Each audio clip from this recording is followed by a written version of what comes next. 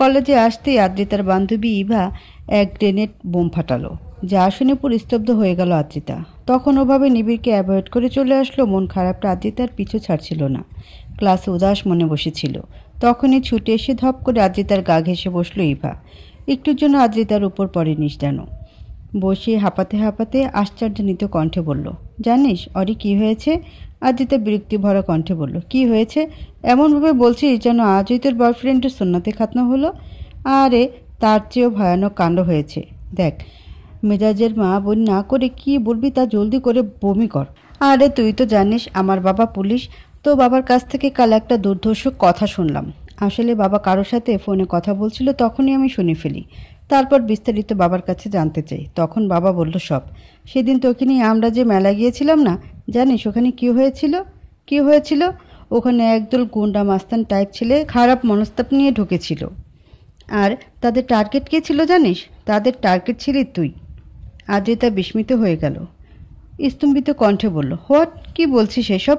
আরে সত্যি বলছি, ওদের মাঝে লিডার বদমাসটার নাম পিয়াস। সে নাকি তোর ক্ষতি করার উদ্দেশ্যে ওখানে এসেছিল।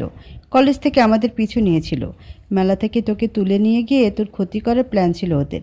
প্ল্যান সফলও হয়ে যেত যদি না। আদ্রিতা কৌতূহলী কণ্ঠে বলল, যদি না সময় মতো তোর নিবিড় ভাইয়া চলে না আসতো। আদ্রিতা আরও একবার স্তম্ভিত হয়ে গেল। ইভা জানালো, হ্যাঁ নিবিড় ভাইয়া লোকটা প্রায় তোকে ধরেই ফেলেছিল। ঠিক তখনই নিবিড় ভাইয়া ওখানে পৌঁছে গিয়ে তাকে ধরে ফেলে। আমাদের অগোচরেই তাদের সরিয়ে নিয়ে যায়। অনেক মারধর করার পর পুলিশের কাছে ধরিয়ে দেয়। শুধু তাই না, ছেলেটাকে পুলিশ রিমান্ডে দিলে তার কাছ থেকে বাবা বিস্তারিত আরও জানতে পারে। আসলে ওই বদমাস নাকি অনেক আগে থেকে তোর ক্ষতি করার ধান্দায় ঘুরছে। তোর উপর নাকি প্রতিশোধ নেওয়ার উদ্দেশ্য ছিল তার। প্রতিশোধ? কিসের প্রতিশোধ? বাবা জানালো ওই বদমাসটার বাপ নাকি তোর কারণে জেল খাটছে। ওটার বাপ আরেক বিশ্রী খারাপ লোক। সে নাকি তোর ছোটবেলায় তোকে কোন মেলায় তোর ক্ষতি করতে চেয়েছে, কিন্তু সেদিনও নিবিড় ভাইয়া তাকে ধরে অনেক মারে। তারপর তোর বাপ চাচারা মিলে তাকে পুলিশে দিয়ে দিলে অনেক বছরের জেল হয়ে যায় তার। বাপের বেটা ওই পিয়াস বদমাসটা সেটারই বদলা নিতে চাচ্ছিল। আগেও নাকি অনেকবার চেষ্টা করেছে তোর ক্ষতি করার, কিন্তু পেরে ওঠেনি। বাবা জানালো তোর ফুপির বিবাহবার্ষিকীর অনুষ্ঠানেও নাকি ছেলেটা এসেছিল। সেদিনও তোর ক্ষতি করার প্রায় সফল হয়ে যেত।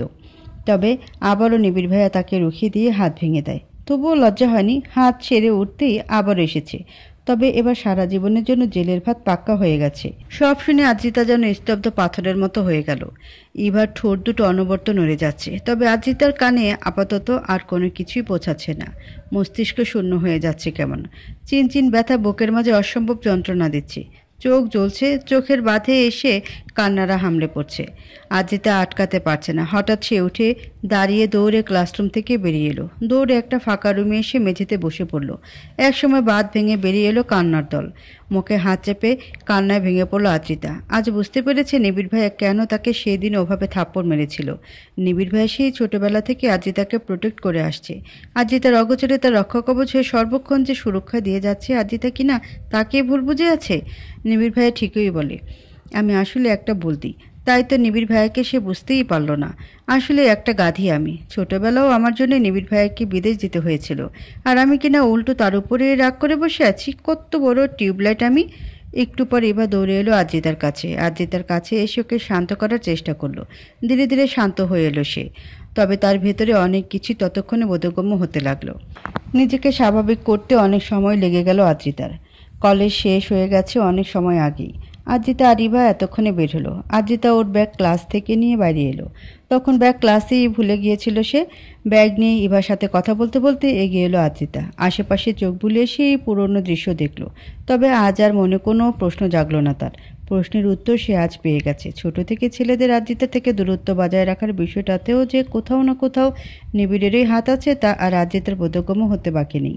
মনের মাঝে এক অদ্ভুত আলোড়ন সৃষ্টি হচ্ছে আদ্রিতার। হাজার রঙের প্রজাপতিরা ডানা মেলে উঠছে যেন। গত 3 দিনের মন খারাপের মেঘগুলোকে ফু দিয়ে উড়িয়ে দিয়ে সেখানে একরাশ প্রশান্তির ঝলমলে আলোয় ভরিয়ে দিয়েছে। চারিদিক থেকে ভালো লাগারা কোত্থেকে দৌড়ে এসে সব আদ্রিতার মনের জানালায় সজোরে হানা দিচ্ছে।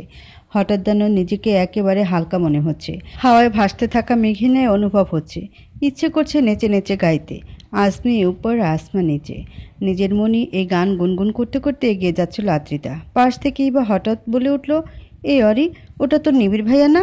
ইভার কথা ঝট করে চমকিত চোখে সামনে তাকালো আদ্রিতা। হ্যাঁ, ওই তো নিবিড় ভাইয়া তার গাড়ির সামনে দাঁড়িয়ে আছে, অস্থির ভঙ্গিতে কাকে যেন ফোন দিচ্ছে আর এদিক সেদিক নজর বুলিয়ে কাউকে খুঁজে চলছে। অফিস থেকে সোজা এসেছে বোধহয়। ঘরমুক্ত মুখমণ্ডলে ক্লান্তির ছাপ স্পষ্ট। তবুও একইভাবে এই যুবকটিকে কত মন কাড়া লাগছে। সাদা শার্ট আর বাদামি রঙের প্যান্টে সে মোহ ছড়াচ্ছে বায়ুমণ্ডলে। তাকে দেখিয়ে যেন মুগ্ধতার বর্ষণে ময়ূরের মতো পেখম মেলে নেচে উঠল আদ্রিতা তনুমন। বেখেয়ালি হয়ে এক মনে তাকিয়ে রইল সে নিবিড়ের পানে। পাশ থেকে ইভা হা হুতা সুরে বলল, হাই ইয়ার, কি চিজ মাইরি, এমন একটা মিসাইলের মতো পোলা পাইলে জীবন ধন্য হয়ে যাইত। অরি বোন, একটা ইন্ট্রো করিয়ে দে না। ইভার কথায় হঠাৎ করে রাগ হলো যেন আদ্রিতার। ভ্রু কুচকে কটমটে চোখে তাকালো সে ইভার পানে। ইভা ফিচেল হেসে বলল, আরে এমনি রাক্ষসের মতন লুক দিতেছিস কেন? আমি একাই না, চারিদিকে চোখ বুলিয়ে দেখ, পুরো কলেজের মেয়েদের জিভা ঝুলে মাটিতে পড়ে আছে। আদ্রিতা চারিদিকে চোখ বোলালো। সত্যি সবগুলো মেয়ের চোখ নিবিড়েই আবদ্ধ, যেন শত জনমের ক্ষুধার্ত রাক্ষসের সামনে তরতাজা খাবার পেশ করা হয়েছে। কি অসভ্য সব! না, নিবিড় ভাইয়ের এখানে আর বেশিক্ষণ থাকা ঠিক হবে না। দেখা গেল রাক্ষসী মেয়েগুলো নিবিড় ভাইয়াকে ছিঁড়ে খুঁড়ে খেয়ে ঠেকুর তোলাও ভুলে গেল। তখন সোনামাকে কি জবাব দেব আমি? সোনামা যখন হাজারে করতে করতে বলবে, অরি রে, আমারে পোলাডারে এমনি করে মাইয়াগুলো খাইয়া ফেলাইলো আর তুই কিছুই করতে পারলি না, কোন মুখ নিয়ে এসেছিস আমার সামনে? না না, এটা হতে দেওয়া যাবে না। এই রাক্ষসীদের ডেরা থেকে আমাকে নিবিড় ভাইয়াকে বাঁচাতে হবে। এই মনস্তাপ করে সামনে এগোতে নিলেই দেখলো নিবিড় হন্তদন্ত হয়ে তার দিকে আসছে। এক প্রকার তেরে এসে চোয়াল শক্ত করে বলে উঠল, কোথায় ছিলি তুই? ফোন কোথায় তোর? ফোন ধরছিলি না কেন? তোকে আমি। নিবিড়ের কথার মাঝেই হঠাৎ পাশ থেকে ইভা হাত নাড়িয়ে একগাল হাসি টেনে বলল, আসলে আমরা ক্লাসে ব্যাগ রেখে একটু বাইরে গিয়েছিলাম, তাই হয়তো ও ফোন ধরতে পারেনি। বাই দ্য ওয়ে, হাই, আমি ইভা, অরির বান্ধবী। ইভার কথায় নিবিড়ের বোধহয় একটু হুঁশ এলো। পাশে কেউ ছিল তা খেয়ালই করেনি সে। মুখাবয় পরিবর্তন করে ইতস্তত ভঙ্গিতে ছোট্ট করে শুধু বলল, হ্যালো।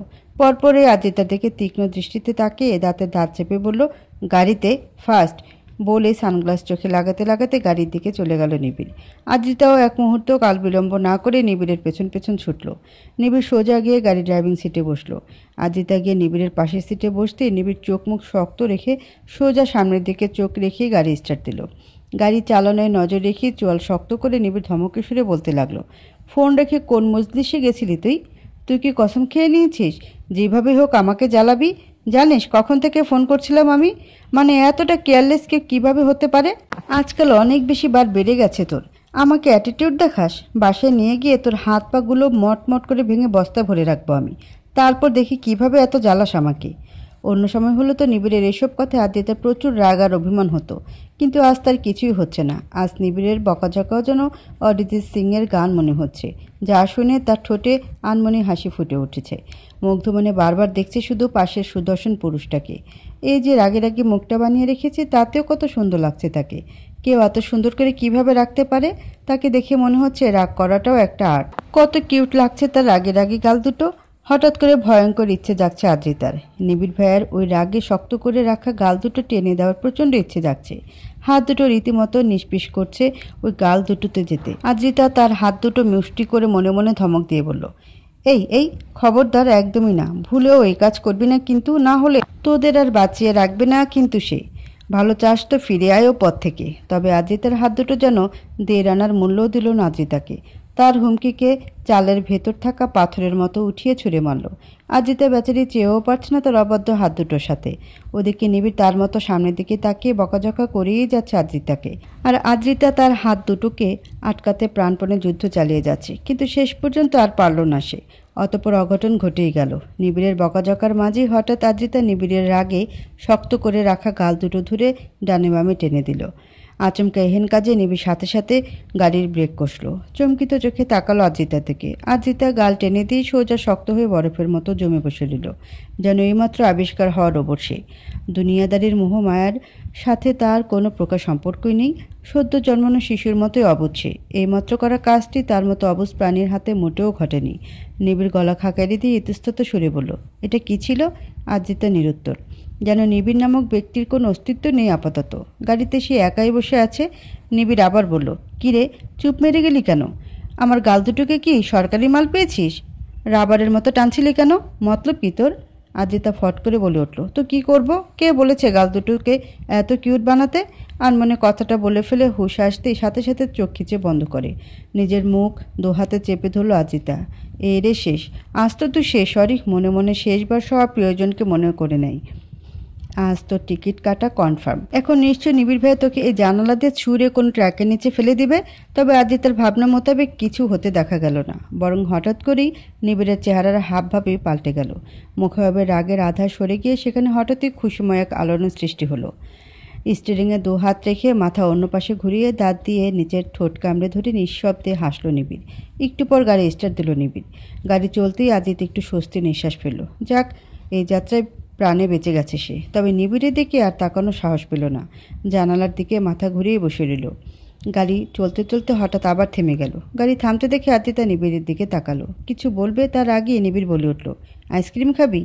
আদ্রিতার মনে হলো সে বোধহয় দিবা স্বপ্ন দেখছে। নিবিড় ভাইয়া তাকে আইসক্রিম খেতে বলছে। অবাক বিস্ময়ের চোখ দুটো ক্রমশ পিটপিট করে তাকিয়ে রইল সে। নিবিড় বলে উঠল, বস, আমি নিয়ে আসছি। বলে গাড়ির দরজা খুলে বেরিয়ে সামনের আইসক্রিম পার্লারে গেল নিবিড়। আদ্রিতা হাঁ করে অবাক নজরে শুধু তাকিয়ে রইল। খানিক পরে একটা কর্নেটো চকলেট ফ্লেভারের কোনো আইসক্রিম নিয়ে ফিরল নিবিড়। গাড়িতে বসে আদ্রিতার দিকে আইসক্রিমটা এগিয়ে দিল। আদ্রিতা এতক্ষণে বিস্ময় কিছুটা কাটিয়ে উঠেছে। সামনে আইসক্রিম দেখে আপাতত বাকি সব সাইডে রেখে খুশিতে আপ্লুত হওয়া মুখ করে খপ করে হাতে নিল আইসক্রিমটা। দুনিয়াদারি ভুলে আইসক্রিমে ডুব দিল। মনের আনন্দে আইসক্রিম খেতে লাগলো। আইসক্রিম খেতে খেতে মুখ দিয়ে স্বাদে মাতোয়ারা হওয়ার মতো তৃপ্তিকর একটা আওয়াজ বের করলো। আইসক্রিমে মনোনিবেশ করা আদ্রিতা জানলও না তার পাশে বসা যুবকটির মনোভাব। আদ্রিতার এই নিষ্পাপ খুশিময় তৃপ্ত মুখখানা দেখে তার পাশের যুবকটির মুখেও এই মুহূর্তে প্রশান্তির শীতলতা ছড়িয়ে আছে। যেন কত শত নির্ঘুম রাত জাগা ফেরারি মন তার নীড়ের দিশা খুঁজে পেয়েছে। শুকনো মরুভূমির বুকে নেমেছে শ্রাবণের বাড়িধারা। আইসক্রিম খেতে নিয়ে মুখের চারিপাশে অনেক জায়গায় লাগিয়ে নিয়েছে আদ্রিতা। সেসবে তার খেয়াল না হলেও পাশের লোকটা ঠিকই হয়েছে। আদ্রিতার খাওয়ার মাঝেই হঠাৎ নিবিড় টিস্যু হাতে নিয়ে আদ্রিতার থুতনি আর ঠোঁটের আশেপাশে লেগে থাকা আইসক্রিম মুছতে দিতে শুরু করলো। আচমকা নিবিড়ের এই কাজে আরও একবার শখ পেল আদ্রিতা। আইসক্রিমের বদলে সে নিজেই জমে বরফ হয়ে গেল। হৃৎপিণ্ড থমকে গেল মুহূর্তেই। মাত্র আইসক্রিম খাওয়া গলাটা হঠাৎ শুকিয়ে কাঠ হয়ে উঠল কেমন। এই লোকটার কাজে আজকের দিন আদ্রিতার জন্য অবাক দিবস মনে হচ্ছে। নিবিড় মুছে দিতে দিতে বলে উঠল, এর চেয়ে ভালো হতো আইসক্রিমের ভেতরেই ঢুকে যেতি। এভাবে কেউ আইসক্রিম খায়? বড় আর হবি না কোনো দিন। আদ্রিতা কি বলবে? সে তো নিজের হৃৎপিণ্ডের ধুকপুকের যন্ত্রণায় অতিষ্ঠ হয়ে যাচ্ছে। লোকটা কাছে আসলেই কেন সব কিছু পাবনার পাগলদের মতো আওলা ঝাওলা হয়ে যায় সব। কি জাদু আছে এই মানবে? খুশি খুশি মনে বাসায় ফিরল আদ্রিতা। বাসায় ফিরে আরও একটা সারপ্রাইজ পেল সে। বাসায় গ্রাম থেকে ফিরোজের ছোট বোন ফাইজা এসেছে। ফিরোজের ছোট ফাইজা এবার গ্র্যাজুয়েশন শেষ করেছে। তাকে দেখে খুশি হয়ে গেল আদ্রিতা। ফাইজাকে খুব পছন্দ তার। ফাইজা আদ্রিতাকে ছোট বোনের মতো স্নেহ করে। আদ্রিতা দৌড়ে গিয়ে ফাইজাকে জড়িয়ে ধরে উচ্ছ্বসিত কণ্ঠে বলল, ফাইজা আপু, কতদিন পর এলে তুমি? কেমন আছো আপু? ফাইজা মুচকি এসে বলল, আমি ভালো আছি, তুই কেমন আছিস রোহারি সোনা? আমিও ভালো। তোমাকে দেখে আরও ভালো হয়ে গেছি। এবার কিন্তু আর সহজে যেতে দিব না তোমাকে, অনেক দিন থাকতে হবে। ওদের কথা বলার মাঝে নিবিড় এসে উপস্থিত হলো। গাড়ি পার্ক করে আসায় সে পরে আসলো। ফাইজা নিবিড়কে দেখে বলল, আরে নিবিড় ভাইয়া যে দেশে ফিরেছেন তাহলে? নিবিড় সৌজন্যমূলক মুচকে এসে বলল, আরে ফাইজা তুই তুই তো দেখি বকরি থেকে ছুকরি হয়ে গেছিস। বিয়ে দিয়ে দিতে হবে মনে হচ্ছে। তখনই জুহি নাস্তার ট্রে হাতে নিয়ে ওদের মাঝে আস্তে আস্তে বলল, ঠিকই বলেছ নিবিড়, বিয়ে দেওয়ার জন্যই তো আনা হয়েছে ওকে। তোমার ভাইয়ের অফিসের এক কলিগ ফাইজার ছবি ফিরোজের মোবাইলে দেখে পছন্দ করে ফেলেছে। বিয়ের প্রস্তাব পাঠিয়েছে, এজন্যই তো ফাইজাকে আসতে বলা হয়েছে। কাল ছেলেপক্ষ দেখতে আসবে ওকে। বিয়ে ঠিক হলে কালই এঙ্গেজমেন্ট হবে। আদ্রিতা খুশিতে লাফিয়ে উঠে বলল, ইয়ে, বিয়ে হবে? কতদিন পর আমাদের বাড়িতে বিয়ে হবে, কত মজা হবে। নিবিড় বলে উঠল, তোর মজার পচা আলুর বস্তা নদীতে ভাসিয়ে দে। কদিন পর যে তোর এক্সাম আছে তা ভুলে গেছিস? গত 3 দিন তো পড়তেও আসিসনি। সোজা গিয়ে পড়তে বস। গত 3 দিনের সব পড়া কাল আমাকে দিবি তুই। এর হেরফের হলে একদম তুলে আসার পাক্কা। বলে গটগট করে উপরে চলে গেল জনাব। আদ্রিতা সব উচ্ছ্বাস মুহূর্তে ধূলিসাৎ হয়ে গেল। আত্মাটা গলায় এসে আটকে গেল বেচারির। গত 3 দিনের পরে একসাথে দিতে হবে? এর চেয়ে তো বনবাসী দিয়ে দিত। এই লোকটাকে কিউট বলছিলাম তখন, এই দৈত্যদানব কখনো কিউট হতেই পারে না, কদাপি নহে। আরমান সাহেবকে বাইরে যেতে দেখে তানে জিজ্ঞেস করলো, কোথায় যাচ্ছেন বাবা? আরমান সাহেব বলল, একটু তোমার ডাক্তার আঙ্কেলকে দেখতে যাচ্ছি। অনেকদিন হলো অসুস্থ নাকি? ভাবলাম একটু দেখে আসি, কিন্তু একা কিভাবে যাবেন? আপনারও তো শরীর ঠিক থাকে না। এভাবে একা যাওয়া ঠিক হবে না, কাউকে সাথে নিয়ে যান। আর হ্যাঁ, আমি পাটিসাপটা পিঠা বানিয়েছিলাম, আঙ্কেলের জন্য প্যাক করে দিয়ে নিয়ে যান। আচ্ছা ঠিক আছে, দাও। তানিয়া একটা হটপটে পিঠা ভরে তানহাকে ডাকলো। তানহা আসলে তানি ওকে বলল, তানুমা, তোর দাদুর সাথে যা তো একটু। তোর দাদু ডাক্তার আঙ্কেলকে দেখতে যাবে, তুই সাথে যা, আর এই পিঠাগুলোও সাথে নিয়ে যা। আচ্ছা আম্মু। অপরাহ্নদের বাসায় পৌঁছালে অপরাহ্নের মা খুব খুশি মনে তাদের ভেতরে নিয়ে বসতে দিল। তানহা আর আরমান সাহেব ভেতরে এসে বসলেন। আরমান সাহেব এসে অপরাহ্নের বাবার কাছে গেলেন তার কুশলাদি জানতে। তানহা পিঠার বক্সটা অপরাহ্নের মায়ের হাতে দিয়ে সোফায় বসে বসে আশেপাশে নজর বোলালো। খুব বেশি লোকজন নেই এ বাড়িতে, শুধু অপরাহ্ন আর তার মা বাবা ছাড়া অন্য কোনো সদস্য নেই। সিমসাম গোছানো একটা পরিবেশ, তানহার বেশ ভালোই লাগে এমন সিমসাম পরিবেশ। অপরাহ্নের মা ব্যতিব্যস্ত হয়ে পড়লেন মেহমানদের খাবারের আয়োজন করতে। কাজের মাঝে তিনি তানহাকে একা একা বসে থাকতে দেখে এগিয়ে এসে বললেন, এই দেখো, তুমি নিশ্চয়ই একা একা বসে বোর হয়ে যাচ্ছ। তুমি এক কাজ করো না, অপুর রুমে যাও। ওর রুমে বুকসেলফ আছে, যেটা ভালো লাগে নিয়ে পড়তে পারো, তোমার ভালো লাগবে। আচ্ছা দাঁড়াও, আমি অপুকে ডেকে দিচ্ছি। তানহা বেচারি অপ্রস্তুত হয়ে পড়ল খানিকটা। তাকে কিছু বলার সুযোগ না দিয়ে অপরাহ্নের মা ছেলের নাম ধরে ডাকা শুরু করলো। খানিক বাদে অপরাহ্নের কণ্ঠ শোনা গেল, আসছি মা। বলতে বলতে নিজের রুম থেকে বেরিয়ে এলো অপরাহ্ন। মাথায় গামছা বাঁধা, হাতে ঝাড়ু আর পরনে লুঙ্গি আর সেন্ডো গেঞ্জি। সে অবস্থায় বাইরে আসতে আসতে বলল, কি হয়েছে মা, ডাকলে যে? আর বলতে পারল না বেচারা। সামনে সোফায় বসা তানহাকে দেখে তবদা খেয়ে গেল। তানহাও ডক্টর অপরাহ্নের এমন কাজের বেটি রহিমা থুক্কু, কাজের বেটা রহিমের রূপ দেখে ভ্যাবাচাকা খেয়ে গেল। অপরাহ্ন একবার তানহাকে দেখলো আর একবার নিজের দিকে তাকালো। এমন অবস্থায় তানহার সামনে এসেছে, এটা ভাবতে লজ্জায় মাথা কাটা যাওয়ার অবস্থা তার। আর এক সেকেন্ডও দেরি না করে অপরাহ্ন নিজের বাদ বাকি ইজ্জত বাঁচাতে লুঙ্গি ধরে উঁচু করে পরিমরি করে নিজের রুমে ঢুকলো। ঢুকতে গিয়ে দরজার সাথে একবার গুতাও লাগলো তার। তা দেখে তানা অনেক কষ্টে নিজের হাসি চেপে রাখার চেষ্টা করছে। মুখে হাত চেপে ধরে লুকিয়ে একটু হেসেও নিল, না হলে বেচারির দম বন্ধ হয়ে যাওয়ার উপক্রম। অপরাহ্নের মা ফিচেল হেসে বলল, আসলে অপু নিজের রুমের সাফ সাফাই করছিল। ও আবার নিজের কাজ নিজেই করে, কাউকে হাত দিতে দেয় না। একটু পর অপরাহ্ন নিজের পরিধান পরিবর্তন করে বাইরে আসলো। তানহার দিকে তাকাতেও লজ্জা করছে এখন তার। মেয়েটা এখনও মুখ টিপে হাসছে। যতটা সরল দেখা যায় ততটাও সরল না। কেমন মজা নিচ্ছে পাজি মেয়েটা। অপরাহ্নের মা বলে উঠল, অপু, তানহাও দাদুর সাথে এসেছে। মেয়েটা একা একা বসে আছে, ওকে তোর বুক সেলফ দেখা, একটু সময় কাটবে। ওকে মা। তানহাকে অপরাহ্নের সাথে যেতে বলল ওর মা। তানহা তার কথা রাখতে মাথা নেড়ে উঠে অপরাহ্নের সাথে গেল। অপরাহ্ন তানহাকে সাথে করে ওর রুমে নিয়ে এলো। আস্তে আস্তে বলল, কেমন আছো তানহা? পড়ালেখা কেমন চলছে তোমার? এই তো সবই ভালো চলছে। আপনি কেমন আছেন? অপরাহ্ন বিড়বিড় করে বলল, ভালো নেই একদম। ভালো না থাকার কারণ তুমি কবে বুঝবে মেয়ে? জি, কিছু বললেন? না কিছু না। এই যে বুক সেলফ, দেখো কোনটা পছন্দ হয় তোমার। যদিও বেশিরভাগ সব ডাক্তারি আর জেনারেল নলেজের বুক, এগুলো পড়ে তোমার বোরিংনেস বাড়বে, বই কমবে না। তানহা নিচু সুরে বলল, বোরিংনেস তো আপনার হাই লেভেলের এন্টারটেনিং লুক দেখিয়েই চলে গেছে। আস্তে করে বলল। অপরাহ্ন ঠিকই শুনতে পেল। সে গলা খাকারি দিয়ে তানহার দিকে হালকা ঝুঁকে ধীরে গলায় বলল, সুন্দরী মেয়ের মুখে হাসি ফোটাতে পারাও এক পরম সার্থকতা। তুমি বুঝবে না শ্যামকন্যা। বুকের মধ্যে বিদ্যুৎ চমকানোর মতো কেঁপে উঠল তানহার। চকিত নজরে তাকালো সে অপরাহ্নের পানে। তার চোখে যেন দেখতে পেল অন্যরকম এক মায়ের খেলা, যে মায়া তানহাকে গ্রাস করার ষড়যন্ত্রে লিপ্ত আছে। তানহা কেমন বিবশ হয়ে পড়েছে এই ষড়যন্ত্রে। নিজেকে সেই ষড়যন্ত্রের হাত থেকে বাঁচাতে ওখান থেকে সরে যেতে চাইল তানহা, কিন্তু পরিস্থিতি তার অনুকূলে হলো না। বেখেয়ালিতে নিচের পাপসের সাথে পা বেঁচে পড়ে যেতে নিল তানহা। তৎক্ষণাৎ অপরাহ্ন তানহার কোমরে হাত রেখে তাকে পড়ে যাওয়া থেকে রক্ষা করলো। সিনেমার মতো তানহা কাঁধে অপরাহ্নের বাহুতে আটকে রইল। অপরাহ্নের চোখে ঘোর, মুগ্ধ হাসি তার ঠোঁটের কোণে। সে হাসি বজায় রেখে অপরাহ্ন বলে উঠল, শোনো মেয়ে, তুমি অমর্ত্য সিন্ধুতে তুলেছ উত্তাল তরঙ্গ। ওই উপনেত্রের অভ্যন্তরীণ গুপ্ত রাখা আখি যুগল, সে তো ভীষণ ক্রোড়মতি আদিহানা অঙ্গ। সন্ধ্যার দিকে ছেলেপক্ষ আসলো ফাইজাকে দেখতে। নিচে দেখা দেখি পর্ব চলছে, অথচ এমন এক্সাইটেড একটা প্রোগ্রাম আদ্রিতা দেখতে পাচ্ছে না। আর এই অবিচার সংঘটিত হচ্ছে নিবিড় দ্য গ্রেট দৈত্য দানবের জন্য, যে দৈত্য দানবের একমাত্র শিকারী শুধু এই মাসুম অসহায় জনম দুঃখিনী আদ্রিতাই হয়। এ যে এখন বইয়ের স্তূপ মুখের উপর ছুড়ে দিয়ে 3 দিনের পড়া কমপ্লিট করতে বলে চলে গেছে। এমন অত্যাচার কি কোনো সহৃদয়বান ব্যক্তি করতে পারে? এমন নির্মম অত্যাচার তো শুধু তেনার মতো হৃদয়হীন দৈত্য দানবই করতে পারে। বলি, আমি কি আলাদিনের জিন নাকি? 3 দিনের পড়া কমপ্লিট করতে অন্তত 3 মাস সময় তো দেওয়াই উচিত একজন ব্যক্তিকে। নিচে কত মজার প্রোগ্রাম চলছে আর আমাকে কিনা বইয়ের তলদেশে ডুবিয়ে দিয়ে রুমের মাঝে আটকে রেখে গেছে। এগুলো যে গত 3 দিন কথা না বলার প্রতিশোধ নিচ্ছে তা ভালোই বুঝতে পারছে আদ্রিতা। নিচে কি চলছে তা জানতে উৎসুক আদ্রিতা বই রেখে পা টিপে টিপে উঠে দরজার কাছে এলো। দরজা আস্তে করে খুলে চোরের মতো মাথা হালকা করে বের করে নিচে উকি দিয়ে কি চলছে তা দেখার চেষ্টা করলো। নিচে ফাইজা আপুকে শাড়ি পরিয়ে বসিয়ে রেখেছি, কত সুন্দর লাগছে আপুকে। পাত্রপক্ষও এসেছে, দুজন মধ্যবয়স্ক ভদ্রলোক আর ভদ্রমহিলা, আর ইয়াং 3টে ছেলে বসা। এর মাঝে কোনটা বিয়ের পাত্র তা বোঝার চেষ্টা করছে আদ্রিতা।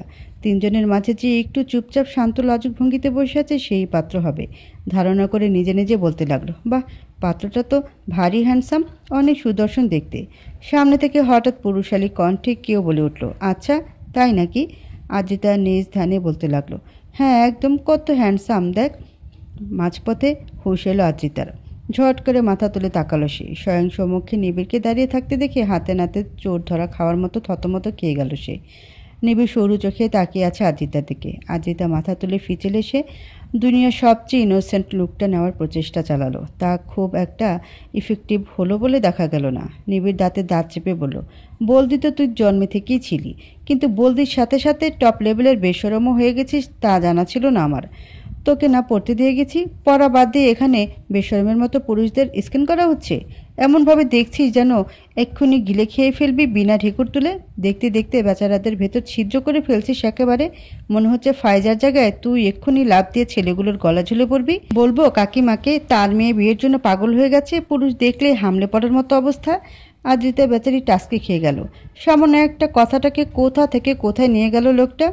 লোক তিলকে তাল বানায় আর উনি তো তিলকে সোজা তারা বানিয়ে দেয়। আদ্রিতা গোমরা মুখে বলল, দেখুন একদম বাজে কথা বলবেন না। আমি কি তাই বলেছি নাকি? আমি তো এমনি একটু দেখছিলাম কি হচ্ছে। কেন দেখতে হবে? নিচে নতুন মুভি রিলিজ হয়েছে, আর তোকে যে পড়তে দিয়ে গেলাম তার কি? আদ্রিতা অসহায় মাসুম চেহারা বানিয়ে বলল, এমন করছেন কেন? আজও গ্রাজুয়েশন করিয়ে ফেলবেন নাকি? একটু যাই না নিচে প্লিজ। একটু গেলে কি হবে না জানি। কি হবে মানে? বিরাট অঘটন হয়ে যাবে। নিচে কতগুলো ছেলে এসেছে দেখেছিস? তোর মতো পেতনিকে দেখে যদি সেগুলো হার্ট অ্যাটাক করে মারা যায় তাহলে ফাইজার কি হবে? তোর মতো পেতনি বোন থাকার দেয় ওর বিয়ে ভেঙে যাবে, আর আমি থাকতে এমন অঘটন কিছুতেই হতে দেব না। একজন দায়িত্ববান ভাই হিসেবে আমার বোনের বিয়েতে কোনো বাধা বিপত্তি আসতে দেব না আমি, কিছুতেই না। যা ফুট, ভেতরে গিয়ে পড়া কমপ্লিট কর। বাইরে আসার চেষ্টা করে আমার চেয়ে খারাপ কেউ হবে না। আদ্রিতা বিড়বিড় করে বলল, সে তো কেউ চাইলেও হতে পারবে না। দৈত্য দানব তো আর রোজ রোজ পয়দা হয় না। নিবিড় ভ্রুকুচকে জিজ্ঞেস করলো, কি বললি? জোরে বল। আদ্রিতা হকচকিয়ে উঠে ফিচেল হেসে আমতা আমতা করে বলল, কই কি বললাম? আমি আবার কিছু বলতে পারি নাকি? কথা বলা কাকে বলে তাই তো জানি না আমি বরং গিয়ে পড়তে বসি। বলেই দরজা চাপিয়ে দিয়ে মনে মনে হাজার খানেক গালি দিল নিবিড়কে। সাথে আদ্রিতা স্পেশাল অভিশাপগুলো তো আছেই। এই যেমন উনি যখন মিটিংয়ে ভাষণ দিতে যান তখন যেন তার প্যান্ট ফেটে যায়। শীতের রাতে তাকে যেন ভূতে তুলে নিয়ে গিয়ে পুকুরে ঠান্ডা পানিতে সারা রাত চুবিয়ে রাখে। উনি যখনই টিভি দেখতে যায় তখনই যেন টিভিতে বিটিভি ছাড়া আর কোনো চ্যানেল না থাকে। বিরিয়ানি খেতে নিলে সব এলাচ লবঙ্গগুলো যেন তার দাঁতের নিচে চলে আসে। যতবার প্যান্টের চেন লাগাতে যাবে ওনার মেন পয়েন্ট যেন চেনে আটকে যায়। আজকের জন্য এতটুকুই, পরবর্তীতে মনে পড়লে আবার দিব। কিছুক্ষণ পর সানভি আর তানহা এলো আদ্রিতার রুমে। দুজন এসে বেডের উপর বসলো ধপাস করে। আদ্রিতা তাদের দেখে বলল, কিরে তোর এখানে? তোদের কেউ কি তাড়িয়ে দিয়েছে নাকি? সানভি ভাব নিয়ে বলল, সানভিকে কেউ তাড়াতে পারে না। ওটা তো নানুমণি বলল কোনো মেয়েকে দেখতে আসলে নাকি তাদের সামনে সুন্দরী কুমারী কন্যাদের থাকতে নেই। আর তোরা তো জানিসই আমি একটু আকর্ষণীয় কিনা। আমি থাকতে ফাইজা আপুর দিকে কেউ তাকাতোও না, তাই ফাইজা আপুর ভালোর কথা ভেবে চলে এলাম। আমার সাথে তানুও চলে এলো। যদি ও না আসলেও ক্ষতি হতো না, ও তো আর আমার মতো এত সুন্দর না। ও থাকলেও কি আর না থাকলেও কি। সানভির কথাটা আদ্রিতার মোটেও পছন্দ হলো না, যদিও তা না ওর কথায় কিছু মনে করে না, কারণ সানভির স্বভাবই এমন। তবুও সানভির এইভাবে বলাটা ভালো লাগলো না তার। আদ্রিতা কিছু একটা ভেবে বলে উঠল, হ্যাঁ রে সানভি, ঠিকই বলেছিস। তোর মতো কি আর সবাই হতে পারবে? যতই হোক দিনরাত মেকআপের বালতি মুখে নিয়ে ঘোরাতো আর চারটিখানি কথা না। ইটস রিয়েলি টাফ ইয়ার। তানুর আর কি, সামান্য ন্যাচারাল বিউটিই তো আছে ওর। এর আর এমন কি, তাই না? আদ্রিতার কথায় তানহা মুখ টিপে হাসল। সানভি মুখ ভেঙচি কেটে দিয়ে কথাটা গায়ে মাখল না। এসব ওদের মাঝে সবসময়ই চলে। পাত্রপক্ষ ফাইজাকে পছন্দ করেছে। আজই ঘরোয়াভাবে এঙ্গেজমেন্ট হবে। এই পর্যায়ে আর আদ্রিতাকে রুমে বদ্ধ রাখতে হলো না। এঙ্গেজমেন্টের জন্য সবাই নিচে এসেছে, আর সবার সাথে সেও লাফিয়ে চলে এসেছে। সেই আবিরের কাছে বসে পড়েছে যাতে কেউ সরাতে না পারে। আংটি বদল শুরু হয়ে গেছে। ছেলেপক্ষ আগে থেকেই আংটি নিয়ে এসেছিল, আর পাত্রের জন্য ফিরোজ বাইরে গিয়ে দ্রুত আংটি নিয়ে এসেছে। আদ্রিতা খুব খুশি। কতদিন পর বাড়িতে বিয়ে হতে চলেছে। আংটি বদল শেষে কেকও কাটা হলো। তাহসান এক পিস কেক নিয়ে ফাইজার হবু বর জহিরকে খাওয়াতে নিলে সে একটু খেয়ে সৌজন্যতা রক্ষা করে আর খেতে চাইল না। তাহসান বলে উঠল, আরে দুলাগাই খান। জহির একটু থতমতো চেহারা করে বলল, দুলাগাই? হ্যাঁ দুলাগাই তো। আপনি হলেন এখন কুরবানির গরু। কদিন পরেই আপনার কুরবানি হবে, তাই বলির পাঠাকে কুরবানি দেওয়ার আগে একটু বেশি বেশি মিষ্টিমুখ করাতে হয়। আপনিও খান বেশি করে। আর কবে এই সৌভাগ্য হবে কে জানে। সবাই উচ্চ শব্দে হেসে উঠল। সবশেষে বিয়ের দিন তারিখ ঠিক করা হলো। 15 দিন পরের তারিখ ঠিক করা হলো। বিয়ে আদ্রিতার গ্রামের বাড়ি হবে এমনটাই সিদ্ধান্ত হলো। সামনে শুক্রবারে সবাই গ্রামের উদ্দেশ্যে রওনা হবে। তা শুনে আদ্রিতা আরও খুশি হয়ে গেল। গ্রামে যাবে শুনে উচ্ছ্বসিত কণ্ঠে বলল, ইয়ে, গ্রামে বিয়ে কত মজা হবে। আমি প্রথম গ্রামে যাব। আদ্রিতার এই খুশির বেলুন ফটাস করে ফাটিয়ে দিয়ে নিবিড় বলে উঠল, তুই গ্রামে যেতে পারবি এমন কোনো কথা হয়েছে নাকি? সামনে তোর পরীক্ষা, গ্রামে ফ্রামে কোথাও যাওয়া হচ্ছে না তোর, যা গিয়ে পড়তে পায়। বলেই সোজা নিজের রুমের দিকে যেতে নিল নিবিড়। আদ্রিতার মাথায় বাদসহ পুরো মহাকাশ ভেঙে পড়ল। বলে কি, আমাকে গ্রামে যেতে দিবে না? না, এ হতে পারে না, কিছুতেই না। এত বড় অবিচার আদ্রিতা সইবেই না কিছুতেই। আদ্রিতা বুঝতে পারল রাগলে কাজ হবে না, এতে আরও বেগতিক অবস্থা হবে। তাই আপাতত অন্য পন্থা খুঁজতে হবে।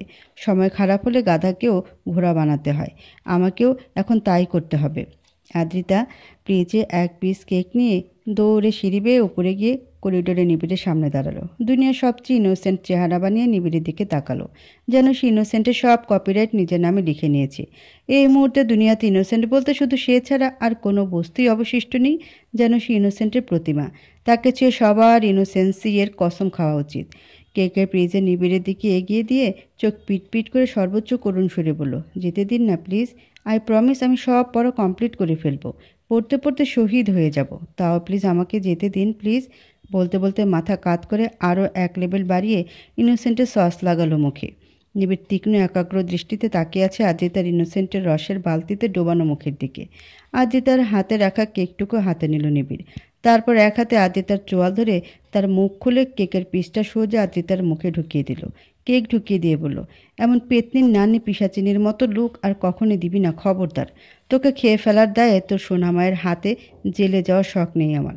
বলে গটগট করে নিজের রুমে ঢুকে গেল নিবিড়। আর আদ্রিতা বেচারি মুখে কেক ভরা অবস্থায় স্ট্যাচুর মতো দাঁড়িয়ে রইল। তার মস্তিষ্কের প্রতিটা নিউরন খাতা কলম নিয়ে বসে পড়ল নিবিড়ের বলা কথার মর্ম উদ্ধার করতে। লোকটা এমন কেন? সবসময় আদ্রিতাকে কনফিউজ করে চলে যায়। আজ সবাই আদ্রিতের গ্রামের বাড়ি সিরাজগঞ্জের উদ্দেশ্যে রওনা হবে। বাসায় প্রাইভেট কার আর বড় একটা হাইস ভাড়া করা হয়েছে। প্রাইভেট কারে মুরব্বীরা যাবে আর বাকিরা সবাই হাইসে। সবার মাঝে এক উচ্ছ্বাস আর খুশির আমেজ। পিকনিকের মতো মনে হচ্ছে সবার কাছে। সারা বাড়ি হইচইপূর্ণ পরিবেশ সৃষ্টি হয়ে গেছে। সবচেয়ে বেশি আমেজ আদ্রিতার মাঝে। শেষমেশে সবার সাথে যেতে পারছে, এটাই তার সবচেয়ে বেশি খুশির বিষয়। এক্সাইটমেন্টে সে গত রাতে ঘুমোই আসেনি। মধ্যরাত পর্যন্ত মা বাবার সাথে ভিডিও কলে কথা বলেছে। তাদের ফাইজার বিয়ের বিষয়ে সব আপডেট দিয়েছে। কাল রাতেই নিজের ব্যাগ প্যাক করে ফেলেছে। একটু পরপর নতুন করে কিছু মনে পড়লে আবার সেটা ঢুকাচ্ছে। তারপর লাফালাফি করে সারা বাড়ি ছুটে বেড়াচ্ছে আর সবার প্রস্তুতি পর্যবেক্ষণ করছে। সানা আর তাসিরদের পুরো পরিবারই যাবে। সাথে দ্য গ্রেট রবি বাবাজিও যাচ্ছে। ট্রিপ জমি ক্ষীর হয়ে যাবে এমনটাই ধারণা আদ্রিতার। আদ্রিতা বেবি পিঙ্ক কালারের টপ আর মাল্টি কালারের একটা লং স্কার্ট পরেছে। মাথার চুলগুলো দুই পাশে উঁচু করে দুটো ঝুঁটি করেছে। লম্বা ফিতার একটা ছোট আকারের সাইড ব্যাগ কাঁধের উপর দিয়ে আড়াআড়িভাবে ঝুলিয়ে নিল। আয়নায় নিজেকে ঘুরে ফিরে দেখল। তাকে দেখতে এই মুহূর্তে নার্সারি ক্লাসের মেয়েদের মতো লাগছে। সে রেডি হয়ে খুশি মনে ধেই ধেই করে নাচতে নাচতে বাইরে আসতেই প্রতিবারের মতো নিবিড়ের সাথে ধাক্কা খেল।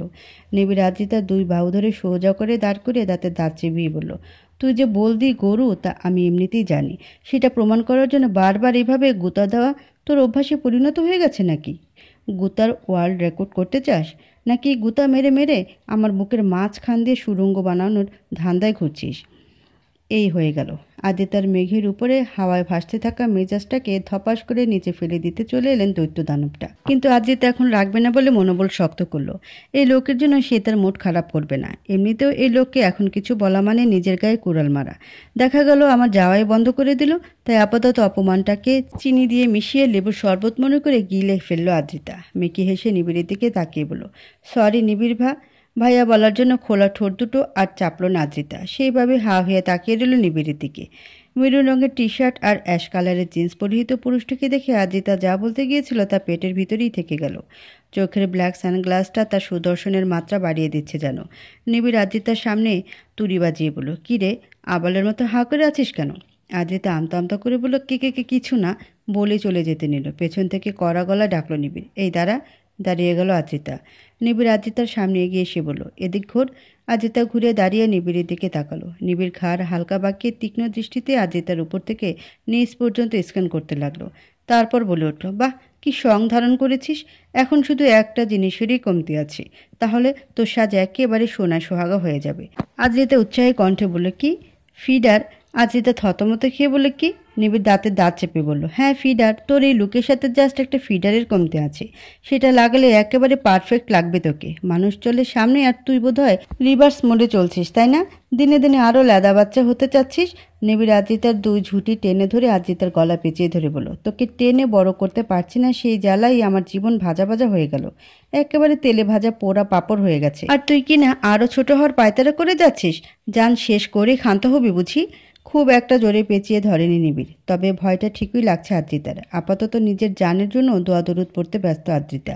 নিবিড়ের কথা নাড়ি বুড়ি বের করার খেয়াল নেই এখন ওর। তখনই তানি নিচ থেকে ডাক দিল আদ্রিতা নাম ধরে। তা শুনতে পেয়ে আদ্রিতাকে ছেড়ে দিয়ে গটগট করে নিচে নেমে গেল নিবিড়। আদ্রিতা বেচারি জান হাতে পেয়ে হাঁপ ছেড়ে বাঁচল। আজকের পর জীবনেও আর সে দুই ঝুঁটি বা বেনি কিছুই করবে না। ফিরোজ ভাইসা আর ওর পরিবারকে নিয়ে আগে চলে গেছে। সবাই রেডি হয়ে একে একে বাইরে এলো গাড়ির কাছে। তানহা সাদা রঙের লং একটা গোল জামা পরেছে। তাহসানের পোশাকের রঙের ছড়াছড়ি টি শার্টের উপর হাতা কাটা জ্যাকেট, সাথে 3/4 প্যান্ট, মাথায় ক্যাপ, চোখে চশমা, পুরো মাল্টি কালার তার সব পোশাক। সানভিকে দেখে মনে হচ্ছে সে কোনো ফ্যাশন শোতে পার্টিসিপেন্ট করার উদ্দেশ্যে বের হয়েছে। আজকে তো মেকআপের ওভারলোড হয়ে গেছে। তার মুখ থেকে মেকআপ তুলে শখানেক গরিব দুঃখীকে দান করা যাবে। রবিও চলে এসেছে। সবার আসার পর সবাই গাড়িতে ওঠা শুরু করলো। দাদুরা সবাই একটা কারে আর তানি, আবির, সানা, তাসির আরেকটা কারে। বাদবাকি সবাই হাইজে উঠবে। নুরান বরাবরের মতো সবার শেষ সিটে গিয়ে এক কোণা ধরে বসে পড়ল। দ্বিতীয় লাইনে বসলো তানহা, সানভি আর আদ্রিতা। তৃতীয় লাইনে রবি আর তাসান বসলো। ড্রাইভিং সিটে বসলো নিবিড়। তখনই হন্তদন্ত হয়ে নিবিড়ের পাশের সিটে এসে বসলো অপরাহ্ন। বসতে বসতে নিবিড়ের উদ্দেশ্যে বলল, সরি দেরি করে ফেললাম। সানভি আর আদ্রিতার মাঝের সিটে বসেছিল তানহা। অপরাহ্নের কণ্ঠ কানে আসতে চকিত নজরে সামনে তাকালো তানহা। অপরাহ্ন ওদের সাথে যাবে? বুকের মাঝে আবারও সে এলোমেলো প্রহার দৌড়াতে লাগলো তানহার। নিবিড় গাড়ি স্টার্ট দিতে দিতে বলল, আরে না সরি কেন বলছেন? আপনি বরং আরও 3 দিন পর আসতেন। আর এই ক্লিনিক ছেড়ে এতদিন দূরে থাকবো, তাই সবাইকে একটু কাজ বুঝিয়ে দিতে সময় লেগে গেল। যাক, এসেছিস তো। আমি তো ভাবলাম হয়তো যাওয়ার কথা ভুলেই গেছিস। অপরাহ্নের নজর পড়ল সামনের মিররে। তানহার অবাক হওয়ার চোখ জোড়া দেখতে পেয়ে সেদিকে তাকিয়ে থেকেই বলে উঠল, আজকাল তো নিজেকেই ভুলে যেতে শুরু করেছি। হাল বেহাল, কেউ এসে উদ্ধার করলেই বাঁচা, না হলে মৃত্যু নির্ঘাত। চোখ সরিয়ে নিল তানহা। চশমা ঠিক করে বাইরের দিকে তাকালো। লোকটার আবহাওয়া ওকে কেমন অন্যমনস্ক করে দেয় আজকাল। ওসব মোহমায়ায় জড়াতে চায় না তানহা। তার যে ভীষণ ভয় হয়। অপরাহ্নের কথার পরিপ্রেক্ষিতে রবি বলে উঠল, ডাক্তারের কথা মনে হচ্ছে নিজেই পেশেন্ট হয়ে গেছো বৎস। ডাল মে কুচ কালা হে। হাসল অপরাহ্ন। তানহা বলে উঠল, ডালে মনে হয় ওর মাথার উকুন পড়েছিল, তাই ডালে কুচ কালা দেখা যাচ্ছে। মেবি কালো জিরার পরিবর্তন হিসেবে ব্যবহার করেছে, ব্যাপার না। নিরামিষে একটু আমিষযুক্ত হয়ে পুষ্টি আরও বাড়িয়ে দিয়েছে। ডাক্তার মানুষ তো, তাই সবসময় সুষম খাদ্য খায় সে। সশব্দে হেসে উঠল সবাই। সানভি মুখ কুচকে বলে উঠল, উকুন এক অপু ভাইয়া, আপনার মাথায় উকুন আছে? উকুননাশক শ্যাম্পু দিয়ে মেরে ফেলতে পারেন না? তানহা বিরক্তিকর চোখে তাকালো সানভির দিকে। আবার একবার আরও চোখে অপরাহ্নের দিকেও তাকালো। অপরাহ্ন স্মিথ হেসে বলল, কী দরকার মারার? তারাও তো একটা প্রাণ। আমার মাথায় যদি তারা নিজেদের আশ্রয় বানিয়ে নেয় তাহলে ক্ষতি কী? শুধু প্রাণী হত্যা করে পাপ ঘাড়ে নিতে চাই না আমি। আবার অবলা প্রাণীর প্রতি অনেক স্পর্শকাতর। আমার মনে সবার প্রতি মায়া, কি করব বলো? তানহা মাথা অন্যদিকে ঘুরে নিঃশব্দে হাসল। লোকটাকে যতটা ভদ্র দেখা যায় ততটাও না, উনি দুষ্টুও আছেন। আদিত্য অপরাহ্নকে বলল, ওয়াও অপু ভাইয়া, আপনি সত্যি অনেক সুইট। নিজের কষ্ট হচ্ছে তাও উকুনগুলোকে মাথা থেকে সরাচ্ছেন না। Really sweet of you. অপরাহ্ন গদগদ সরে বলল, থ্যাংক ইউ অরি বইনা, আমি তো পয়দা সই সুইট, কিন্তু কিছু লোক কেমন যেন বুঝিই না। কেউ একটু এই সুইটনেস টেস্ট করেই দেখলো না? সামনের আয়নায় আবারও তানহার দিকে তাকিয়ে হালকা আফসোসের সুরে অপরাহ্ন বলল কথাটি। চোখে চোখ পড়তে আবারও নজর লোকালো তানহা। আদিত্য উৎসুক কণ্ঠে বলল, উকুনগুলোর সাথে মনে হয় আপনার বন্ধুত্ব হয়ে গেছে, তাই না? বর্তমানে কতজন সদস্য আছে? হ্যাঁ, তা তো হয়েছেই, একসাথেই থাকি বলে কথা। They are very sweet and friendly উকুন। একসময় দাওয়াত দিব তোমাদের আমার মাথায়, তাদের সাথে সাক্ষাৎ করে সব নিজেই জেনে নিও। সানবি বিরক্তির সুরে বলে উঠল, এই অরে তুই কী সব উকুন বিশারদ শুরু করে দিলি? চুপ করতো, আমার বমি আসছে শুনি। পেছন থেকে তাসান বলে উঠল, এমনভাবে বলছিস যেন তোর কখনো উকুন ছিলই না। ভুলে গেছিস সেদিনের কথা, যখন তোর চুলে উকুনে 14 গোষ্ঠী বাস করতো? দিন রাত উকুন বের করে পট পট করে মারতিস। আবারও হেসে দিল সবাই। হাসি আড্ডার মাঝে রাস্তায় এগোতে লাগলো। কিন্তু পেছনের কোনায় সিটে বসা নুরান এসব থেকে আলাদা। সে কানে ইয়ারফোন গুঁজে ফোনে একটা রবীন্দ্রসঙ্গীত চালালো। জানালার কাচ নামিয়ে বাইরের প্রকৃতিতে নিজেকে হারালো। গাড়ি চলার সাথে প্রবল বাতাসের স্রোতে নুরানের লম্বা চুলগুলো ঝাপটা খাচ্ছে। ব্যস্ত শহরের কোলাহল থেকে বেরিয়ে যাচ্ছে তারা। কেউ আজ তাদের ধরতে পারবে না। দুপাশের গাছের সারি, দুরন্ত সবুজ অরণ্য, বাসভূমি সবকিছুকে পিছু ফেলে হাওয়ার বেগে ছুটে চলেছে তারা। কেউ ধরতে পারছে না তাদের। ভালোই লাগছে নুরানের। মনে কিছু শব্দের মেলা জমছে। তা লিখতে ফোনে হাতে নিল সে। নীলাম্বরীর আইডিতে ঢুকে টাইপ করলো, হয়তো কোনো শ্যামল বিহঙ্গে শুভ্র মেঘের ভেলায় বেশে পড়ব আবার নীলাভ তরঙ্গে, সিন্ধু গহনে ডুববো আবার, সিক্ত হব স্বচ্ছতার, ফেরারি পাখি সঙ্গী হব, ডানা মেলে অজানায় হারাবো, হারানোর সফর হবে আরও মোহময়, যদি তাতে সঙ্গী হিসেবে পাই তোমায়। টাইপ করা শেষে সেন্ড বাটনে চাপল নুরান। হঠাৎই যেন হকচকে উঠল সে। এ পর্যন্ত নীলাম্বরীকে এমন ধরনের মেসেজ সে কখনোই করেনি। আবার তুমি করেও সম্বোধন করেছে। আজ কিভাবে করে ফেললো বুঝতেই পারেনি। হুশ আসতেই মেসেজ রিমুভ করতে চাইল সে, কিন্তু বিধিবাম রিমুভ করার আগে মেসেজ সিন হয়ে গেল। নুরান ভেতরে ভেতরে ভীষণ ঘাবড়ে গেল। না জানি নীলাম্বরী মেসেজ দেখে কী ভাববে। যদি রেগে যায় আর কথা না বলে কেমন গলা শুকিয়ে আসতে শুরু করলো তার। নুরান খেয়াল করলো মেসেজ সিন করার পরও কোনো রিপ্লাই আসছে না। টাইপ করতেও দেখা যাচ্ছে না। অস্থিরতা আরও বাড়ছে নুরানের। কপাল ঘেমে উঠেছে। হঠাৎ সব কেমন এলোমেলো লাগছে তার। মিনিট 5 পার হওয়ার পর মেসেজ এলো। নুরান ত্বরিত গতিতে তা দেখল। মেসেজ এসেছে, শ্যামল মায়ে হারাতে মন চায় ভাসতে তরঙ্গের দোলায়, ফেরারি পাখির মুক্ত ডান আর সঙ্গী হব, রঙিন পালতলে মেঘের উপর ভাসব, হতে রাজি সঙ্গী তোমার, রাজি আমি বাদন হারা হবার। মেসেজটি পড়ে নুরানের অস্থির মনে শীতলতা ছেয়ে গেল। নীরব হাসি ফুটল তার ঠোঁটের কোণে। এর জন্যই বলে যা হয় ভালোর জন্যই হয়। ভুলে মেসেজ দিয়ে ইতিবাচক ফলই পেয়েছে। এখন নুরান ও শিওর। তার মনে যে মনোভাব কাজ করে, নীলাম্বরীর দিক থেকেও তেমনই আভাস পাওয়া গেল। নুরানের মনে প্রশান্তির আলোড়নে ভরে গেল। আজ আর কোনো রিপ্লাই দিল না সে। এইভাবে মনোভাবটাকে এখন শুধু অনুভব করতে চায়। জানালায় মাথা ঠেকিয়ে প্রকৃতির মাঝে নিজের অনুভূতিকে মিশ্রিত করল নুরান। গাড়ি চলছে আপন গতিতে। টাঙ্গাইল পার হচ্ছে প্রায়। তাসান বলে উঠল, ব্রো জার্নি অনেক বোরিং হচ্ছে, একটু গান বাজনা বাজাও না। একদম ঝাঁকানাকা একটা গান দাও, আমরাও একটু দেহ দুলিয়ে হেলাদুলা নাচি। আর যেটাও তাসানের সাথে সায় দিয়ে বলো, হ্যাঁ একটু গান বাজান না, অনেক মজা হবে। অপরাহ্ন বলো, আরে গান বাজানোর কী দরকার? এখানে দ্য গ্রেট নিবিড়দের অর্কেস্ট্রা থাকতে মিউজিক প্লেয়ারের গান শুনবো কেন? আরে কলেজে থাকতে তো নিবিড়ের গানের মহল জমে যেত। আদ্রিত অবাক হয়ে গেল অপরাহ্নের কথা শুনে। এই দৈত্যদানব আবার গানও গাইতে পারে? গাব্বার সিংয়ের মতো ভিলেন রূপী তেনার আবার এই গুণও আছে নাকি? তাসান বলে উঠল, তো ভাই কিছু হয়ে যাক। নিবিড় গাড়ি চালাতে চালাতে বলল, আরে তোরাও কার কথা শুনছিস? ওসব অনেক আগের কথা। এখন আর আমার দ্বারা গান টান হয় না। আর তাছাড়া আমি এখন ড্রাইভ করছি, তোরাই গা। ঠিক আছে, আমরা এক এক করে গাই। সবার প্রথমে আমি শুরু করছি। তো সাহেবান, মেহেরবান, কাদারদান, পানদান, থুকদান, হিরো আলম আর অনন্ত জলিলের খানদান, শাকিব খানের হাজার খানেক সন্তান। তোমাদের সামনে পেশ করছি the great, the dressing, the handsome, the hot and happening মধুর কণ্ঠের অধিকারী সুরের রাজা। এখন আপনাদের সামনে পেশ করছে এক নাগমা। রবি বলে উঠল, আরে নাগের মা আসলো কোত্থেকে? তুমি না গান গাইবে, তো নাগমাতাকে আনছো কেন? এখন কি আমরা বসে নাগিন ডান্স করবো নাকি? অপরাহ্ন বলে উঠল, দেখো আমি আগে থেকেই বলে দিচ্ছি, এসব নাগিন ডান্স হলে আমি খেলবো না। তাসান বলে উঠল, আরে ধুর, তোদের মতো মূর্খ লোকদের নিয়ে হয়ে গেছে আরেক জ্বালা। উর্দুতে গানকে নাগমা বলে। একটা শায়রানা ফিল আসে, বুঝছস? হালা তুই তো দেখতেছি রাজাকার। আমগো দেশের যুবকরা নিয়ে নিজের জীবন দিয়ে বাংলা ভাষা অর্জন করলো আর উর্দুর পাশা লাথি মেরে বের করে দিল। আর তুই কিনা সে উর্দু আবার ঢুকাইতেছস?